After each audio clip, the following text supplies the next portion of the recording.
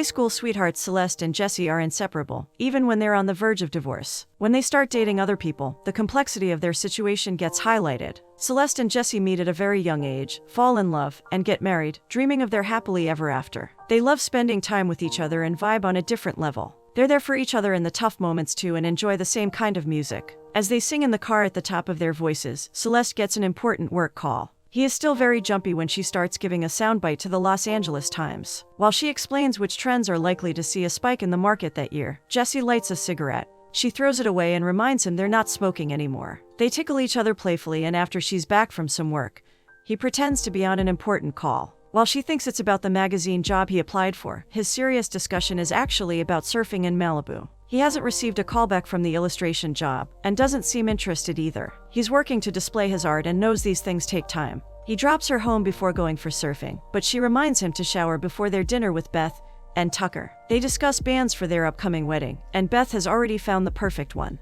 When they start kissing, Celeste and Jesse get weird and pretend to discuss the menu in an accent like an old couple. Beth is concerned about Celeste and Jesse pretending to be best friends when they have been separated for 6 months and are about to get a divorce. Celeste thinks she should be happy about not having to choose sides. It's also working out for them since they don't fight anymore. But Beth can't take it and walks away. When Celeste and Jesse get weirder, Tucker walks out of the dinner too. On their drive back home, Jesse asks for her help with the lip balm, which they play with pretending it's a tiny penis. They make sexual noises till the bomb comes out. She thinks Beth and Tucker are overreacting about them being friends. They talk to each other every day, and the last time they went without speaking to each other for more than a week was in 10th grade, when Jesse went to Space Camp Canada. He remembers that even then, he missed her a lot. He brings out the lip balm again and they start pleasuring it. After reaching home, they go in separate directions, but she wonders if the heat is working fine in his studio. He apologizes for still crashing there, but she's glad to have him with her, and thinks he can stay for as long as he wants. Celeste gets to work in the morning and happily greets Jesse. At the coffee house, David cuts the line to get his order first, which frustrates Celeste. She scolds him for not respecting people's time. When he gets his order, he thanks everyone in the line and wishes them a good day except her. For her company Popform, Celeste gives an interview where she discusses talentless pop stars like Riley Banks who get popular because people like their crappy content. But she feels like there's a trend of people adopting wellness more and thinks they will go back to better music soon. The interviewer thanks her for the insight and asks people to buy her book, Scheitgeist. Celeste rants about the dinner with Scott and thinks Beth and Tucker are judging her friendship with Jesse. But even Scott agrees she's not ready to let go of him yet. She's shocked to find they have singed Riley, an artist she just thrashed on TV, but Scott feels like this account is huge for them. Their company is struggling and they need someone like her to make it work. Riley wants them to do the branding and merchandising for her latest CD. Celeste feels bad about it, but agrees to do it for Popform. Skills rants about the economy and seems frustrated his business is suffering. He sells weed, but because of the many weed pharmacies, he feels the need to shift to a harder substance. Jesse wants to discuss something important, but Skills can't stop checking out a girl. Jesse is sure things are not over yet between him and Celeste, and hopes she realizes it and takes him back. Skills still thinks he should move on and remembers a girl he met once, Veronica, who seemed amazing. Jesse liked her, but knows she's nothing compared to Celeste. But Jesse needs to remind Celeste what she's missing out on, and Skills helps him ask out the cashier at Yogurt Yurt.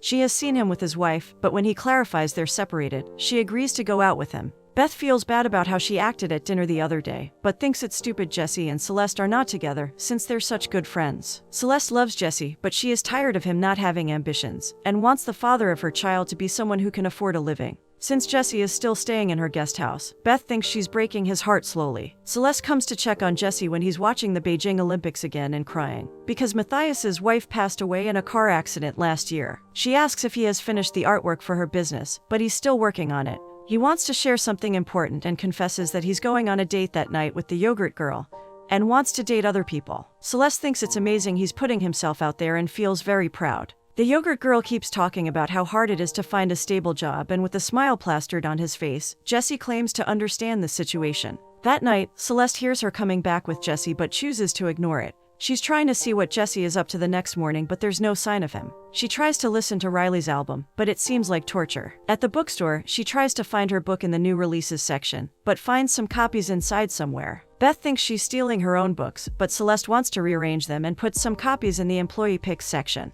As Jesse is roaming around, he runs into Veronica and has a nervous discussion with her. She wonders if his clothespin collage is complete, and thinks it's very unique and beautiful. He apologizes for not calling her after the one night they spent, where they had a lot of fun, but she seems to be fine with it. Jesse introduces his friends to Veronica, who has read an excerpt about Celeste's book and thinks it's great. Celeste wonders who she is and thinks she looks like a younger version of herself. After watching a show and getting drunk with Skills, Jesse gets a call from Celeste asking him to help her build a dresser. Skills reminds him about the after party, but he knows he needs to go and help her. He feels like she has finally realized she loves him too. She has given up on the dresser and is sitting with her wine, when Jesse tries his hand at it and gets frustrated too. He decides to make a robotic structure out of it instead, while they try and figure out what it looks like. As they're laughing on the couch and fooling around, Celeste kisses him. He blushes and feels nervous, but they start kissing again, and wake up next to each other on the couch. Jesse confesses his love for her and is glad she realized it too, but she thinks it was a bad idea and tries to make an excuse about them seeing other people. Jesse knows what she means and feels like an idiot for still loving her. She has not been thinking clearly but believes he should know by now that they're not getting back. He is hurt and asks her to call the IKEA guy the next time she wants some furniture fixed. Jesse is missing from the guest house in the morning and she leaves a message on her way to the airport so they can talk about what happened. She has reached San Francisco and is heading to Boston, and keeps calling him. But Jesse ignores her while he spends time with Veronica. When she's back after 2 weeks, he needs to talk to her urgently, but she can't stop going on about the things she needs to discuss. He stops her to insist the discussion is important. She assumes he's gay or went on another date, but he admits he's having a baby with Veronica. The timing doesn't make sense to her, so he explains he slept with her 3 months ago and now wants to make it work with her. Celeste pretends to be fine but waits to reach behind closed doors to cry about it. After yoga, Paul from her class keeps trying to talk to her about yoga positions. He wants to know if she's single and hands her his card. She knows he's a financial analyst, but he's curious about her. When she mentions she's a trend forecaster, he initially thinks of it as a joke.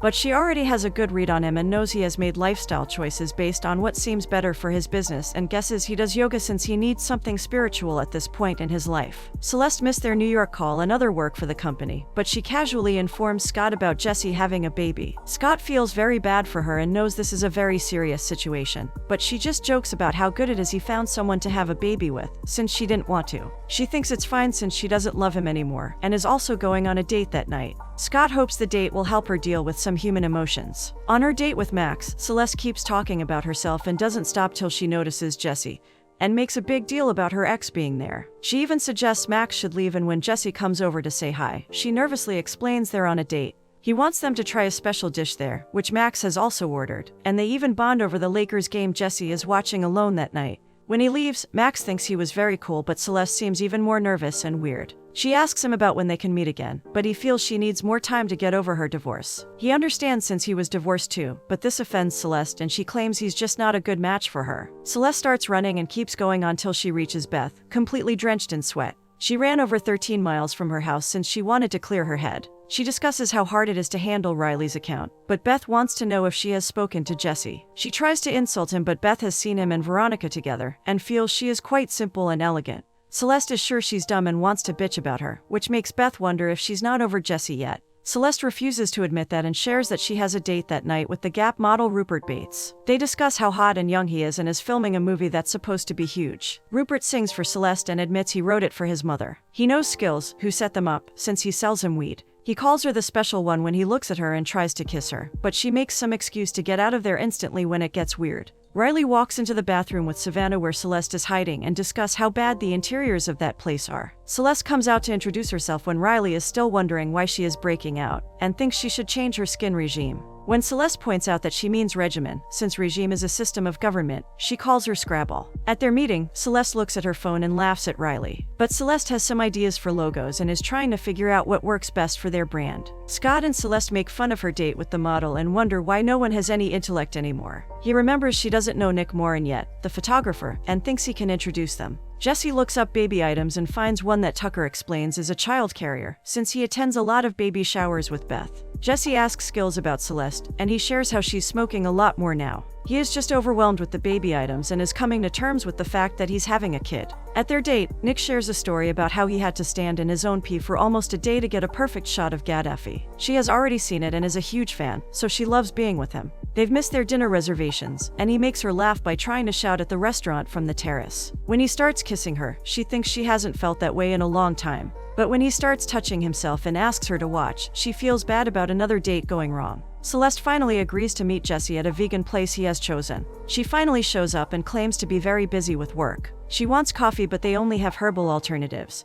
so she decides to go with water. Jessie already has some favorite vegan items in mind and orders them for lunch. When she comments on how good he looks, he mentions he does Pilates since Veronica is a dancer and has equipment in her house. He knows it has been weird between them, but reminds her about a holdup on her side on the divorce papers. He needs her to sign them soon since Veronica is not a citizen, and he needs the divorce so he can marry her. Celeste doesn't take that news well and taunts him about her being too busy to sign the papers. She claims she doesn't think he'll be a good dad, but he reminds her she never wanted to have kids with him. Since he thinks Veronica will be a great mother, she agrees to sign the papers but only leaves after insulting him and the vegan place. She doesn't understand why Jessie is a vegan and learns that his artwork is also being shown at the Gagosian. She feels jealous of his success and thinks breaking up with her was the best thing that happened to him. Beth and Tucker are dressed as Justin Bieber's, but she breaks their bubble by informing them that he just got a new haircut a few hours ago. She still doesn't get the point of costume parties and immediately wants to drink. She goes to the kitchen for some car bombs with some guys who don't understand her white trash costume.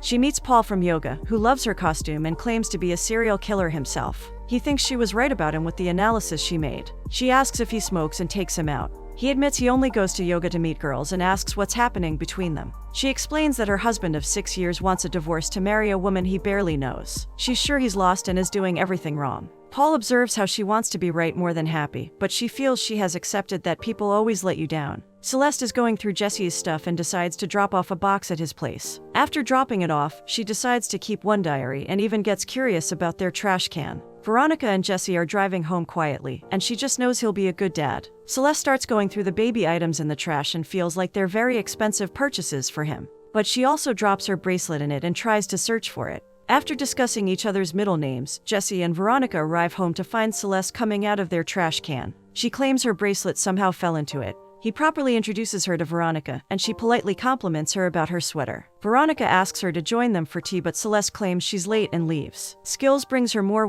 that night, and she's curious to know how Jessie and Veronica are like as a couple. He thinks Jessie is trying hard, and everything is not perfect, but that doesn't mean they're not happy. For her date with Paul, he takes her to a massage place and admits he brings all his dates there. She doesn't want to be right all the time, which is why she called him. She's pleasantly surprised by how good she feels after the massage and wants to know what's next. Paul wants her to let things go a little and not control everything. He brings her to a very happening party, and while he gets beer for her, she adjusts her hair. They dance around and she eventually kisses him, since she's trying to let go more. Riley likes Celeste's logo and admires the Keith Haring influence in it. Since Celeste sounds impressed, Riley knows she's mocking her and thinks Celeste's problem is that she thinks she's smarter than everyone else and lives in her dark little prison. Celeste is frustrated about Riley's comments as she drives back home and thinks she doesn't know anything about her life. She finds Jessie on her porch, who seems frustrated and is smoking again. He knows he might be breaking some rules, but he misses her. She invites him in and they discuss how he got a gig since Veronica is good friends with the assistant gallerist. She's very happy for him, but when he's about to leave, he hugs her tightly. They stay there for a long time and he kisses her. She kisses him back too, but realizes how wrong this seems. He asks if they can just lie down for a bit, and he shares how weird it feels to have a baby with someone who's not her. Scott shows her the huge problem with Riley's logo, which seems like a going into a butt. She doesn't see it initially, but when she does, she finds it hilarious. He tries to make her understand how serious this is, and shows her the news about a woman claiming how offensive but sex in the logo is. She also thinks Riley and Popform are sick people. Celeste meets Jessie at a bar and admits she fucked up when she took their relationship for granted. She wants to give it another try if he's open to it. He claims he can't do this, but she runs after him to ask why he came over last night. She thinks he's a coward, but he tries to tell her that he needs to find a way to make it work with Veronica and change for the better. She's heard he never wanted to change for her as she kept waiting for him to grow up, and she supported him. He knows she never saw him as her equal and probably didn't want him to change at all. She wants him to admit he's wrong, but he doesn't think it's wrong to not wait for her to meet someone first. He didn't expect it, but he met someone and now has a chance to be happy, but Celeste is sure he will ruin this relationship too. He feels sorry for her and thinks she might stay alone her whole life. On her way back, she tries to dodge a mascot, who hugs her, and she somehow feels better. She's getting high with Skills and thinks the artist in the movie looks very sad. He assures her things will get better and claims Jessie didn't do anything wrong, since she wanted a divorce. When he realizes he is very high, he decides to leave. Celeste is constantly high and has let herself go at the party for Beth and Tucker's wedding. When she asks Beth for more ranch dressing, she ends up misbehaving with the guests. Beth takes her aside where she rants about not wanting to be alone forever. She swears to not embarrass her further, but soon enough, she is found floating in the pool. She leaves a message for Riley apologizing for the logo and claims she's working on it. Beth wants her opinion on a dress, but Celeste doesn't care and starts ranting about Riley. She claims she's only moderately talented and might lose her charm soon. When she's about to insult her more, she notices she never kept the call and Riley has been listening the whole time. She drops her phone but Riley calls her back and Celeste knows she has to face her. She turns up at Riley's house, who looks like a bigger mess, and starts apologizing for insulting her since she didn't like what she said about her life. Riley just found that her boyfriend cheated on her. No one knew about their relationship because he thought it was bad for his image, and now she's also afraid her career might be ruined because of Celeste's logo. She feels bad for her and hugs her, even when Riley seems afraid she's going to end up alone like her. Celeste is crying watching the Olympics since she misses Jesse. Riley claims all boys suck and doesn't like that it never gets better even at an older age. Celeste is getting late for Beth's wedding and is stuck at the dry cleaners to pick up her dress. She politely tries to cut the line by insisting she needs it fast as the maid of honor. To go from Los Angeles to Rhode Island, she changes many trains and buses and travels alone to finally reach the wedding. She gets dressed and stands proudly with the bridesmaids as Beth and Tucker get married. After a rhyme about their love life from the bridesmaids, they invite Celeste for her maid of honor toast, who already seems very drunk. She opens with a nun joke and explains how difficult the journey was till there, but she claims she would go anywhere for Beth because she loves her. She remembers a tradition in college when Beth, Tucker, Jesse, and her met every Sunday, and she could always tell there was an ease about them even when they were just friends. Everyone loves that speech, but after a pause, Celeste has more to say and insists how lucky they are to be best friends. She hopes they work hard at their relationship and remain patient with each other. She wants them to fight for it every day and wishes she had too. Jesse comes over and discusses Tucker's dance moves, which is something they used to do as friends. He thinks her speech was beautiful and thanks her. She shows him a baby corn, and they decide to do the same thing they did with the lip balm, even if making the sexual noises sounds weird at a wedding. She finally puts some dip on it for the end part, and they both can't stop laughing about it. Veronica comes over to check on what they're doing but doesn't understand the game. Since dinner is served, she asks if Jesse wants to sit down. While everyone enjoys the wedding, Celeste watches them from a distance. Back home for the opening night of the gay club, Swallow, Riley thinks her speech was so embarrassing that she may never want to face her friends again. Celeste agrees, but she feels it was important to do it. While Riley goes to talk to someone, some gays come over to ask Celeste about Riley. They're wearing her logo and love that it shows it.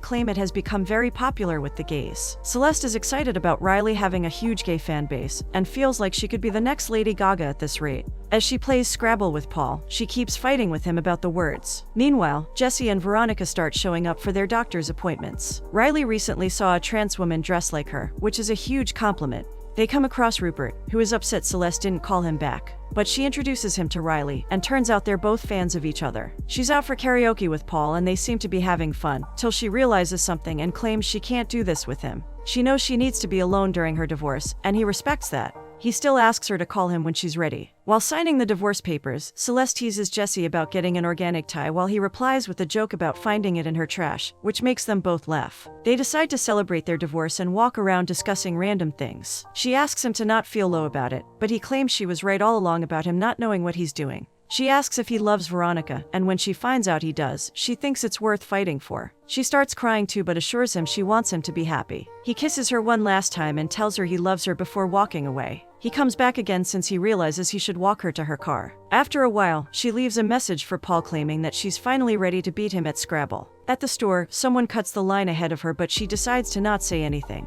He apologizes for cutting since his dog in the car is really thirsty, and she's happy to wait.